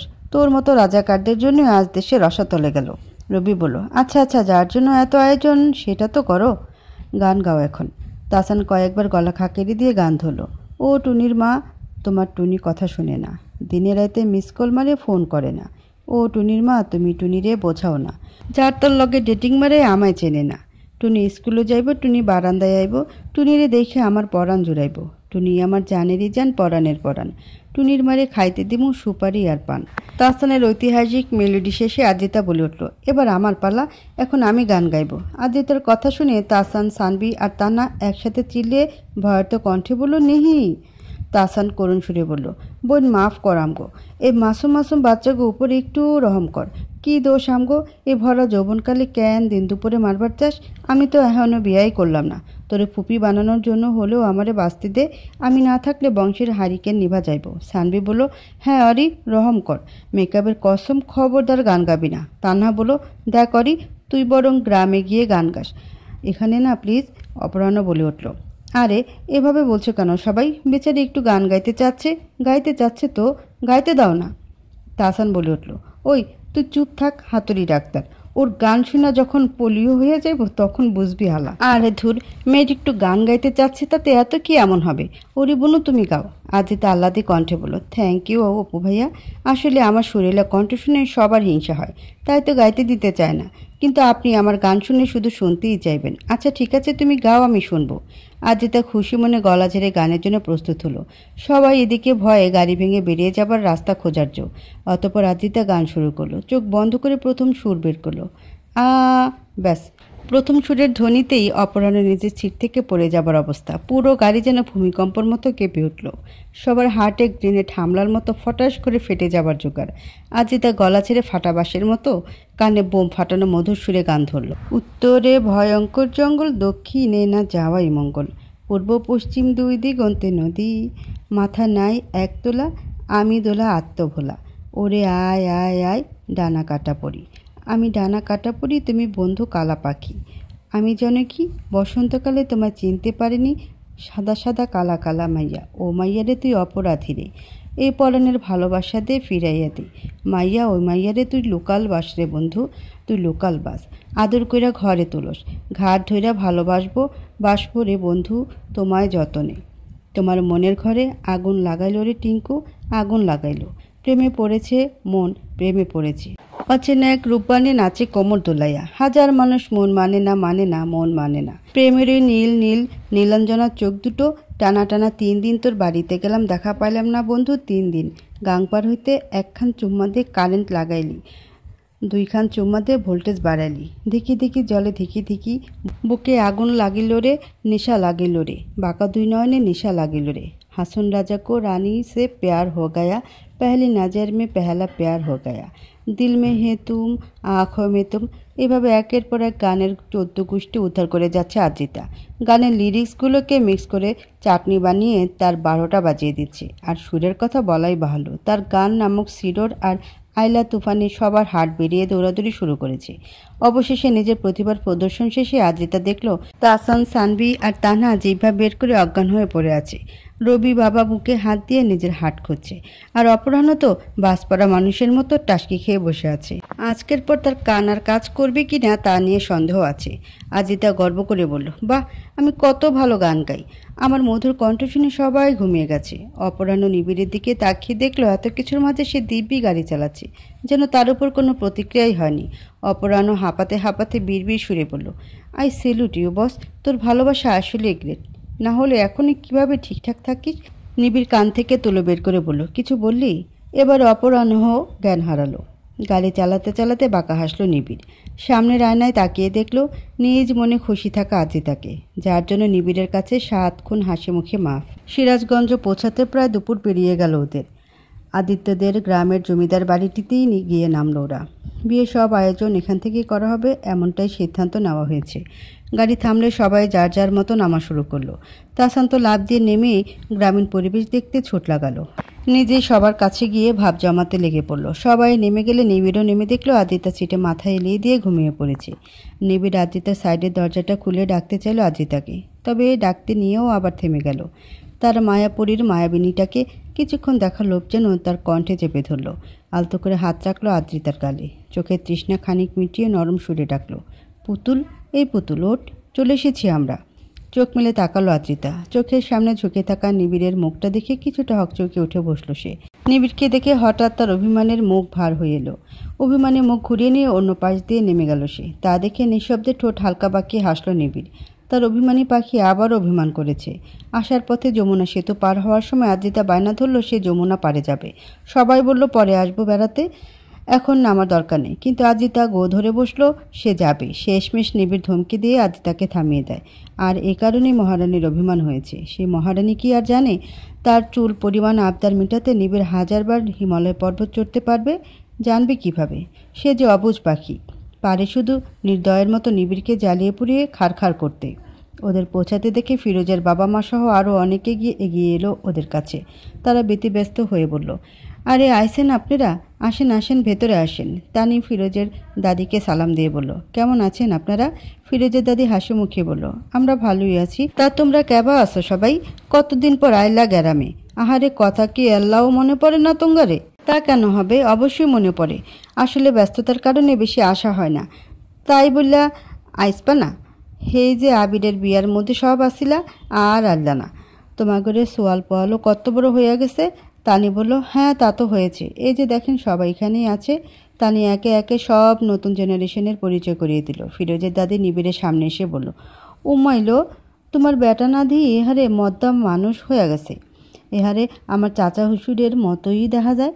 তা কেবা আসরে গেদা। নিবিড়কে গেদা ডাকায় আদ্রিতা ফিক করে হাসতে দিয়ে আবার মুখ চেপে ধরল। বাকিরাও মুখ টিপে হাসছে। নিবিড় অস্বস্তিপূর্ণ জোরপূর্বক হেসে বলল, জি দাদি ভালো আছি। দাদি একে একে বাকিগুলোর কাছেও এলো।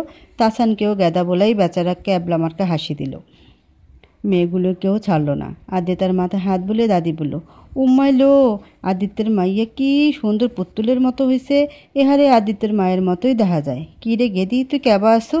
আদিত্যাও দাঁত কেলে জোরপূর্বক হেসে বলল, জি দাদি ভালো আছি, তোমরা কেমন আছো? আমরাও ভালোই আছি। আয় আয় ভেতরে আয়। তাসান বলে উঠল, হ্যাঁ হ্যাঁ গেদা গেদিগঞ্জ, চলো চলো। সবাই ভেতরে এসে ফ্রেশ হয়ে নিল। তারপর বিশাল লিভিং এরিয়ায় সবাই এসে জমা হলো বিয়ের সব আয়োজন নিয়ে আলোচনা করতে। ফিরোজের মা সবার জন্য তেলের পিঠা বানিয়েছিল, সেগুলো এনে খেতে দিল সবাইকে। গরম গরম তেলের পিঠা হাতে নিয়ে খেতে লেগে গেল সব। তাসান তো রীতিমতো কাড়াকাড়ি শুরু করে দিয়েছে। অপরাহ্ন বলে উঠল, হাবাই তার মতো করস কেন, যেন আজন্ম ভিখারি। আস্তে আস্তে খা, গলা ঠেকে যাবে। ওই খবরদার, আমার খাবারে নজর দিবি না। এমনিতেই আমি ঠিকমতো খেতে পারি না, রুচি পাই না মুখে, আর তুই আবার নজর দেস। ঠিকই কইছস, তাও ভালো তোর রুচি নাই, নাহলে আমাকেই চাবাইয়া খাইয়া ফেলতি। ওদের কাণ্ড দেখে হাসলো সবাই। বিয়ের জন্য বাড়িতে মেহমান আর কাজের লোকের সমাগম অনেক। আর আদ্রিতাদের আসার খবর শুনে আশেপাশের অনেক লোকজনও আসছে দেখতে। আদ্রিতা খেয়াল করলো গ্রামের কয়েকটা মেয়ের দল দরজার আড়াল থেকে উকি দিয়ে ওদের দিকে তাকিয়ে আছে, আর কি যেন বলাবলি করে আবার হাসছেও। ভালো করে পর্যবেক্ষণ করে বোঝা গেল মেয়েগুলো নিবিড়কে দেখছে। তাকে দেখিয়ে লাজুক এসে নিজেরাই কুটি হচ্ছে। ব্যাপারটা আদ্রিতার কাছে খুব ইন্টারেস্টিং লাগলো। সে উঠে দাঁড়িয়ে ধীরে ধীরে এগিয়ে এলো মেয়েগুলোর সামনে। মেয়েগুলোর সামনে হাত নাড়িয়ে হাসি মুখে বলল, হাই আমি আদ্রিতা। তোমরা এখানে দাঁড়িয়ে আছো কেন, ভেতরে আসো। মেয়েগুলো বলল, না না আমরা ভেতরে যাবো না, আমরা তো খালি দেখবার আইছি। কি দেখতে এসেছো? ওদের মধ্যে একজন বলল, আসলে ময়না করলো জমিদার বাড়িতে নাই সিনেমা নায়ক আইছে, তাই আমরা নায়ক দেখবার আসি। আদ্রিতা ভ্রুকুচকে বলল, নায়ক? ওই যে ওই নায়কটারে। নিবিড়ের দিকে আঙ্গুল দিয়ে ইশারা করে দেখালো মেয়েটা। আদ্রিতা বুঝতে পারলো ওরা নিবিড়কে নায়ক ভাবছে। বিষয়টা বেশ মজাদারই লাগলো তার কাছে। কিছু একটা ভেবে আদ্রিতা বলল, তো এখানে দাঁড়িয়ে আছো কেন, চলো ভেতরে গিয়ে নায়কের সাথে দেখা করো। না, আঙ্গারে শরম হরে। আর এ শরমের কি আছে, তোমাদের নায়ক সাহেব অনেক জিন্টার লোক, সবার সাথে অনেক ভালো ব্যবহার করে। তার ফ্যানদের জন্য তো সব করতে পারে, অটোগ্রাফ সেলফি যা চাও তাই দিবে, অন্য কিছু চাইলে তাও করবে, শুধু বলার অপেক্ষা। কিন্তু অনেক কত লোক, সবাই কি করব। ও আচ্ছা, তো তোমরা নায়কের সাথে আলাদা দেখা করতে চাও তাই তো? মেয়েগুলো মাথা দোলালো। মানে হ্যাঁ। আদ্রিতা বলল, ঠিক আছে, আমি তোমাদের কাজ করে দিতে পারবো। তার আগে বলো আমি কি পাবো? আমারও তো কিছু বেনিফিট দরকার তাই না? মেয়েগুলো বলল, আঙ্গারে আম বাগান আছে, আপনাদের অনেকগুলো নাম দেবনি। ঠিক আছে, তবে শুধু আম দিলে কাজ হবে না, আমাকে আম গাছে চড়া শেখাতে হবে, তাহলে কাজ করে দেব। ঠিক আছে হিখামনে। আচ্ছা তাহলে ডিল ডান। আমি তোমাদের হিরোর সাথে আলাদা মিটিং ফিক্স করে দেব। তোমাদের যেখানে যে সময় বলে দিব তোমরা চলে এসো, কেমন? আচ্ছা। মেয়েগুলো চলে গেল খুশি মনে। আদিতা মনে মনে ভীষণ পৈশাচিক আনন্দ পাচ্ছে তার প্ল্যানের কথা ভেবে। ওই দৈত্য দানব সবসময় আদিতাকে অত্যাচার করে, সবসময় ভয় দেখায়, বকাঝকা করে, ধমকায়। আজ ভালো একটা বদলা নেওয়া যাবে, মজা হবে তার অবস্থা দেখে। গ্রামের মেহমানদের মাঝে আরও কিছু কাজিন যোগ হয়ে গেল ওদের সাথে, যেমন ফিরোজের ছোট ভাই ফয়সাল, ফুপাতো, খালাতো, চাচাতো, তালইতো, এমন আরও অমুক তমক কাজিন জড়ো হয়ে আড্ডা মাস্তিও আরও 4 গুণ বেড়ে গেছে। পিঠা খাওয়া শেষে তাসান ফাইজার উদ্দেশ্যে বলল, ওই জামাইয়ের বউ, আমগো গ্রাম ঘুরাবি না? আমরা কি শুধু ঘরের ভিতরে ডিম পাড়তে এসেছি? আদ্রিতাও বলল, হ্যাঁ আপু, আমারও গ্রাম ঘুরে দেখার খুব ইচ্ছে, চলো না যাই? ফাইজা বলল, আচ্ছা চল, তোরা রেডি হয়ে আয়, আমি মাকে বলে আসছি। একটু পরে বের হলো সবগুলো। ফাইজা, ফয়সাল, ওরা 2 ভাই বোন ঢাকাবাসীদের নিয়ে বের হলো গ্রাম ঘুরতে। সবুজে ঘেরা শস্য শ্যামল মায়া জড়ানো ছোট্ট গ্রামের মেঠো পথ দিয়ে হেঁটে চলছে সবাই। ফয়সাল হাঁটতে হাঁটতে তাদের ক্ষেত খামারগুলো দেখিয়ে দিচ্ছে। নুরান সবার পিছে ধীরে গতিতে চলছে, নিজের মতো নিজে। এই কোলাহল যানজট মুক্ত শ্যামল পরিবেশের মুগ্ধতায় হারাচ্ছে সে। এখানকার বাতাসে যেন এক অসীম মায়া, মাটির গন্ধে আপন আপন ভাব। নুরান পায়ের জুতো জোড়া খুলে হাতে নিল, খালি পায়ে মাটির সাথে নিজেকে আরও সংযুক্ত করলো। নিজের মতো একা একাই হেঁটে সবার থেকে আলাদা হয়ে গেল। বাকিদেরও এই গ্রামীণ প্রকৃতি মনোমুগ্ধকর আত্মতুষ্টি দিচ্ছে। আজিতা তো সবকিছুতে বাচ্চাদের মতো উৎসাহে লাফাচ্ছে শুধু। আশেপাশের লোকজনগুলো উৎসুক দৃষ্টিতে তাদের দিকে তাকিয়ে আছে। তা দেখে তাসান বলে উঠল, আজ মনে হয় আমার একটু বেশি হ্যান্ডসাম লাগছে। দেখ না, গ্রামের মেয়েগুলো কেমন হাঁ করে তাকিয়ে আছে, হয়তো ভাবছে এত হ্যান্ডসাম ছেলেটা কোত্থেকে এলো। অপরাহ্ন বলে উঠল, হতে পারে এটা ভাবছে চিড়িয়াখানার হনুমান এখানে কিভাবে চলে এলো। আরে যাই বলিস, মাইয়া তো গ্রামের গুলাই বেস্ট, একটারে সহজ সরল লজ্জাপতি এক একটা। গ্রামে আসার প্রতিদান এবার ভালোই পাবো, ডজন খানিক তো পটিয়েই ফেলবো দেখিস। না হলে যাওয়ার সময় গান গাইবে কিভাবে, পারদেশি পারদেশি জানা নেই মুঝে ছোড়কে। রবি বলে উঠল, আমিও ভাবছি শহরে তো অনেক সেবা করলাম, এবার গ্রামের মহিলাদের দুঃখ দূর করার জন্য নিজেকে নিয়োজিত করব। তাহসান বলে উঠল, হ্যাঁ মামা, তা তো দেখতেই পেলাম। আসতে না আসতে ফিরোজের বিধবা ফুপু তোমার ক্লায়েন্ট হয়ে গেছে। যাওয়ার আগে গ্রামের কোনো নারীকে আর দুঃখিত রাখবে না মনে হয়। কেমনে করো মামা, আমাকেও কিছু শেখাও। সবই প্রতিভাবৎস আর মহৎপ্রাণ ভাবনা। এইভাবে হাসাহাসি করতে করতে সবাই খেতে চলে এলো।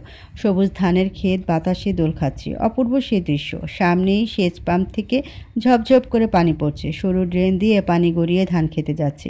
তা দেখে আদিত্য এক্সাইটেড হয়ে লাফিয়ে উঠে ফাইজাকে ওখানে নিয়ে যেতে বলল। সে সেচ পাম্পের কাছে যাবে, কিন্তু বরাবরের মতোই বাদ ছাড়ল নিবিড়। সে কড়া গলায় বলল, একদম না, সামনের ড্রেন কত পিচ্ছিল দেখেছিস, পরে হাত পা ভাঙা শখ জেগেছে। ফাইজা বলল, হ্যাঁ অরি, ওখানে পিচ্ছিল আছে, তুই পড়ে যাবি তো।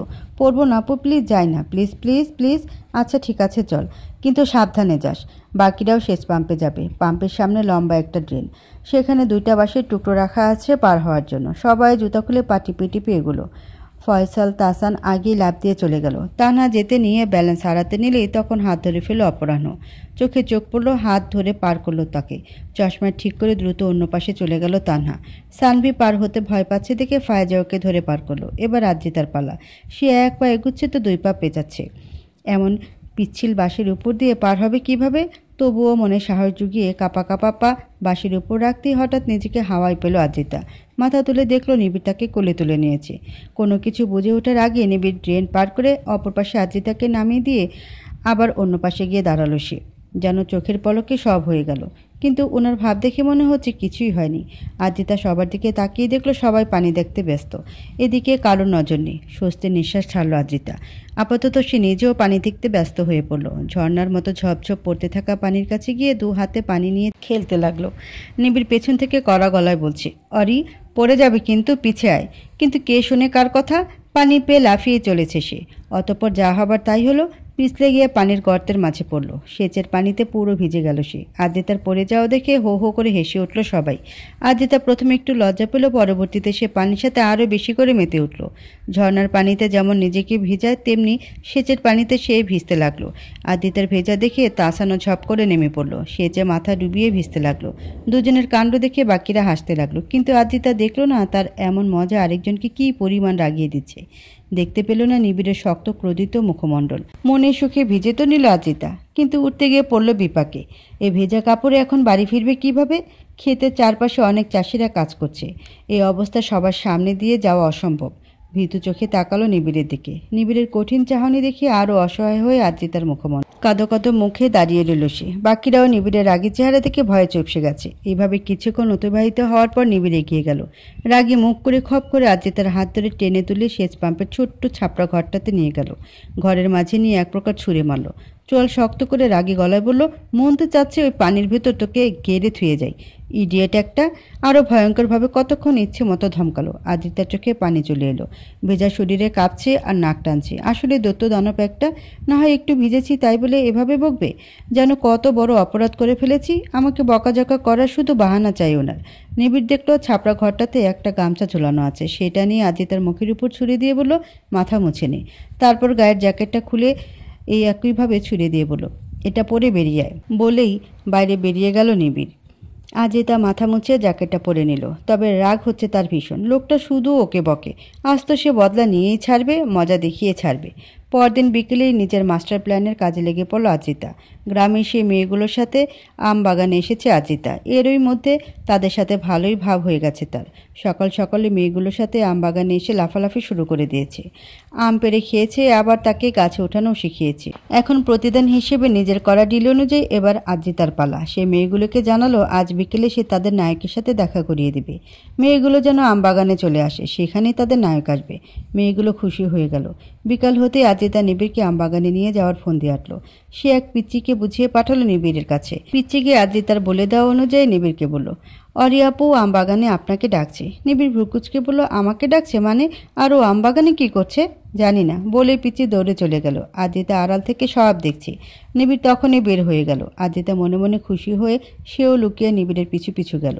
বাড়ি থেকে কিছুটা দূরে আমবাগান। পৌঁছাতে বেশি সময় লাগলো না। নিবিড় বাগানে এসে এদিক ওদিক তাকে আজিতাকে ডাকতে লাগলো, পুতুল কোথায় তুই? পুতুল। বাগানের মাঝে একটা সিঁড়ি বাঁধা পুকুরও আছে। নিবিড় সেদিকেও এসে খুঁজতে লাগলো। আজিতাকে কোথাও না দেখে একটু খটকা লাগলো তার। ভাবলো হয়তো পিচ্চিটা তার সাথে মজা করেছে। সে ফিরে যাওয়ার জন্য ঘুরে দাঁড়াতেই ভ্যাবাচাকা খেয়ে গেল। তার সামনে শত খানেক মেয়ের ভিড় দেখে বেচারা নিবিড় টাসকি খেয়ে গেল। মেয়েগুলো চারিদিক থেকে নিবিড়কে প্রায় ঘিরে ফেলেছে। নিবিড়কে দেখে মেয়েগুলো কেমন মুসকে মুসকে হাসছে। নিবিড় অপ্রস্তুত ভঙ্গিতে জোরপূর্বক হাসার চেষ্টা করে বলল, কিছু হয়েছে? না মানে সবাই এখানে একসাথে? ব্যাপার কি? কি চাই? নিবিড়ের প্রশ্ন শুনে যেন মেয়েগুলোর হাসি আরও বিস্তৃত হলো। একজন এগিয়ে এসে লাজুক ভঙ্গিতে বলল, আঙ্গারের সাথে আল্লাহ ছবি উঠবেন? আঙ্গারে মেলা শখ নায়কের সাথে ছবি ওঠার। আল্লাহ ওঠান না। মেয়েগুলোর কথা ঠিকমতো বুঝতে পারল না নিবিড়। প্রচণ্ড অস্বস্তিতে পড়ে গেল সে। একেবারে চরম লেভেলের অস্বস্তি যাকে বলে। জীবনে অস্বস্তি কাকে বলে তা যেন এই মুহূর্তে উপলব্ধি করতে পারছে সে। এদের মাঝ থেকে বেরোনোর উপায় খুঁজছে সে। নিবিড়ের এমন করুণ মুখশ্রী দেখে গাছের আড়ালে লুকিয়ে থাকা আজিতার ভীষণ মজা লাগছে। পেট ফাটা হাসি অনেক কষ্টে চেপে রাখছে। সবসময় আজিতাকে বকা দেওয়া না, এখন দেখো কেমন লাগে। মেয়েগুলো নিবিড়ের কাছে ঘেঁষে এসে ছবি তুলতে লাগলো। নিবিড়ের এবার বিরক্তির সীমা ছাড়িয়ে যাচ্ছে। অনেক কষ্টে নিজের রাগ দমিয়ে রাখছে সে। যতই হোক মেয়েদের সাথে খারাপ ব্যবহার করা তার অভ্যাসে নেই। তাছাড়া গ্রামের মেয়েদের সাথে রুড বিহেভ করলে তাদের বংশের বদনাম হবে, অহংকারী ভাববে। তাই রাগ হলেও সেটা প্রকাশ করছে না আপাতত। কয়েকজনের সাথে ছবি তুলে কোনো রকমে সেখান থেকে বেরিয়ে আসতে চাইলো। চলে আসতে নিয়ে হঠাৎ কিছু একটা ভেবে একটা মেয়েকে জিজ্ঞেস করলো, আমার সাথে দেখা করার কথা আপনাদের কে বলেছে? কিভাবে জানলেন আমি এখানে আসবো? একজন বলল, ও যে আজিতা আফা কইছে। মেয়েগুলো চলে গেল একটু পর। তবে নিবিড়ের রাগ এবার তরতরিয়ে বাড়ল। বুঝতে পারলো এসব আজিতা শয়তানি। তার মানে ওই পাজিটাও নিশ্চয়ই এখানেই কোথাও আছে। আজিতা গাছের পেছন থেকে শুনে ফেলল যে মেয়েটা ওর কথা বলে দিয়েছে। ভয়ে আত্মা আম গাছে উঠে গেল তার। এখন কি হবে? এই দৈত্য দানব তো আজ সত্যি সত্যি ওকে খেয়ে ফেলবে। ভাবতে ভাবতে নিবিড়ের রাগী গলায় ডাক শুনতে পেল সে, অরি দেখ, আমি জানি তুই এখানেই আছিস। ভালো চাস তো বেরিয়ে আয়, না হলে আমার খুঁজে বের করতে হলে সেটা তোর জন্য আরও ভয়াবহ হবে বলে দিলাম। ফটাফট সামনে আয়। আজিতের আবার ভয়ে গলা শুকিয়ে এলো। নিবিড় এরই মধ্যে এদিক ওদিক খোঁজাও শুরু করে দিল। আজিতা ভাবলো সে আসতে কোনো রকমে এখান থেকে বের হয়ে গেলেই হলো। একবার বাড়ি পৌঁছালে এই দৈত্য আর কিছু করতে পারবে না। সেখানে সোনা মা চাচুদের সামনে উনি কিছু বলতে পারবে না। এ মনস্তাপ করে ধীরে ধীরে পৌঁছাতে লাগলো আজিতা। তবে ভাগ্য সহায় হলো না। শুকনো পাতার উপর পা রাখতে মরমর শব্দে তা আওয়াজ করে উঠল। সেই শব্দে ধরা খেয়ে গেল সে। নিবিড় দেখে ফেলল তাকে। আজিতাকে দেখে তার দিকে এগুতে নিলে আজিতা নিজের যান বাঁচাতে দিক বিদিক না দেখে মারল দৌড়। নিবিড়ও ছুটল তার পেছনে। বাগানের মাঝে এলোমেলো ছুটে দৌড়াতে লাগলো আজিতা। নিবিড় তার পেছনে ছুটতে ছুটতে জোরে জোরে বলতে লাগলো, অরি দাঁড়া বলছি, ভালো হবে না কিন্তু। অরি। আজিতা ছুটেই চলেছে। অলিম্পিক দৌড়ের প্রতিযোগিতা নেমেছে সে। গোল্ড মেডেল তো আজ নিয়েই ছাড়বে। কিছুতেই নিবিড়ের হাতে পড়বে না বলে তার পণ। দৌড়াতে দৌড়াতে একসময় পায়ের জুতা খুলে গেল তার। তবুও থামলো না, খালি পায়ে ছুটতে লাগলো। আজিতার জুতা খুলে যাওয়া দেখে নিবিড়ের কণ্ঠে যেন পরিবর্তন দেখা গেল। কিছুটা উদ্বেগী সুরে ডাকলো, পুতুল, এবার কিন্তু বেশি বেশি করছিস। দাঁড়া বলছি। দেখ, ভয় নেই, আমি রাগ করব না। এভাবে খালি পায়ে দৌড়াস না, লেগে যাবে। শুন তো আমার কথা। বলতে না বলতেই অঘটন ঘটে গেল। আজিতার আর্তনাদ শোনা গেল। নিবিড়ের চোখে দেখা দিল আতঙ্ক। প্রাণপণে ছুটল সে আজিতার কাছে। আজিতা মাটিতে বসে পড়ে পা ধরে কাঁদছে। বড়ই গাছের কাঁটা বিঁধেছে তার পায়ে। রক্ত বের হচ্ছে পায়ের তালুতে। ব্যথায় আর্তনাদ করে কাঁদছে আজিতা। নিবিড় তড়িত গতিতে ছুটে এসে হাঁটু গেড়ে বসলো আজিতার সামনে। পায়ের অবস্থা দেখে চোখের শুভ্রতায় মুহূর্তেই লালিমায় ভরে উঠল তার। আজিতার পানে হিংস্র চাহনি নিক্ষেপ করে ক্ষিপ্ত সুরে বলল, হয়েছে এখন? আমার কথা কেন শুনিস না তুই? মন তো চাচ্ছে গলা টিপে এক্ষুনি মেরে ফেলি তোকে। রাগের বহিঃপ্রকাশ স্বরূপ আজিতার দিকে আঘাত করার উদ্দেশ্যে হাত বাড়িয়ে তীব্র ক্ষিপ্র সুরে বলল, তোকে তো। এতটুকু বলে মুখের সামনে বাড়ানো হাত আবারও মুঠো করে ফেলে চোখ বুজে নিজেকে একটু নিয়ন্ত্রণ করার চেষ্টা করলো। কারণ মেয়েটা এমনিতেই ব্যথায় করুণ আর্তনাদ করে ফুপিয়ে ফুপিয়ে কাঁদছে। আর নিবিড়ের রাগ দেখে আরও ভয় জড়সড় হয়ে যাচ্ছে। চোখ খুলে নিবিড় আজিতার কাটা বিধা পাটা আস্তে করে তুলে নিজের হাঁটুর উপর রাখলো। আজিতা যেন আরও ব্যথায় কুকড়ে উঠে কান্নার জোর বাড়ালো। পায়ে এখনও কাটা গেঁথেই আছে। তার কাটার মতো বড় দুটো কাটাসহ 4 ইঞ্চি লম্বা ছোট্ট একটা ডাল গেঁথে আছে। ব্যথায় কাতর আজিতা টের পেল না। নিবিড়ের শরীরও কাঁপছে, মাথা শরীর ঘেমে উঠেছে। নিবিড় কাটা ছাড়ানোর জন্য হাত বাড়াতে আজিতা ভয়ে আরও জোরে জোরে কাঁদতে লাগলো। না না, হাত দিবেন না, অনেক ব্যথা হবে, অনেক জ্বলছে, প্লিজ হাত দিবেন না, খুব ব্যথা করছে আমার। নিবিড় এবার আজিতার গালে হাত রেখে কোমল সুরে বলল, ভয় নেই, কিচ্ছু হবে না, আস্তে করে বের করে দিব। না না, অনেক ব্যথা করবে, প্লিজ হাত দিবেন না, মরে যাব আমি। নিবিড় এবার মুখটা এগিয়ে আজিতার মুখের খুব কাছে আনলো।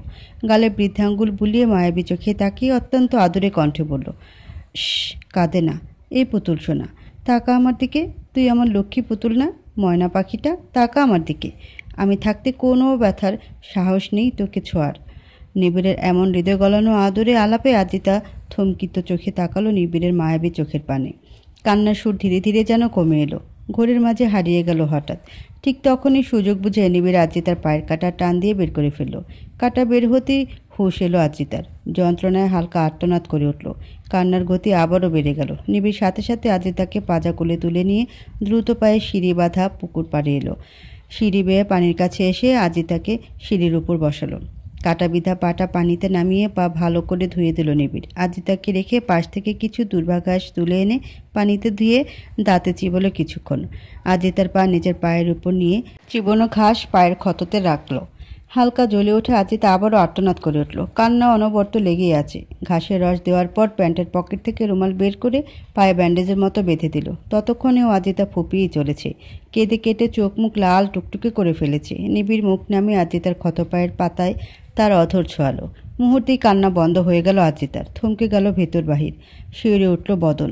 বেড়ে গেল নিঃশ্বাসের আনাগোনা। নিবিড় মাথা তুলে তাকালো আজিতার কেঁদে কেটে লাল করা মুখপানে। তার পুতুলটা সত্যিই কোমলমতি ননির পুতুল। নিবিড় থাকতে তার পুতুলকে কোনো আঘাত ছুঁতে পেল, এটা তার সবচেয়ে বড় অপারগতা। এই দায় কিভাবে বহন করে বেড়াবে সে? আজিতা হঠাৎ ছুটে লজ্জার কবলে আবদ্ধ হয়ে গেল। নজর লুকাতে ব্যস্ত হয়ে পড়ল সে। ময়লা হাতে বারবার কান্না মুছতে গিয়ে আজিতার মুখে মাটি লেগে আছে। নিবিড় হাতে পানি নিয়ে আজিতার কান্না ভেজা মুখখানা পানি দিয়ে আলতো হাতে ধুয়ে দিল। চোখ বুজে ফেলল আজিতা। নিঃশ্বাস এবার আটকেই যাবে তার।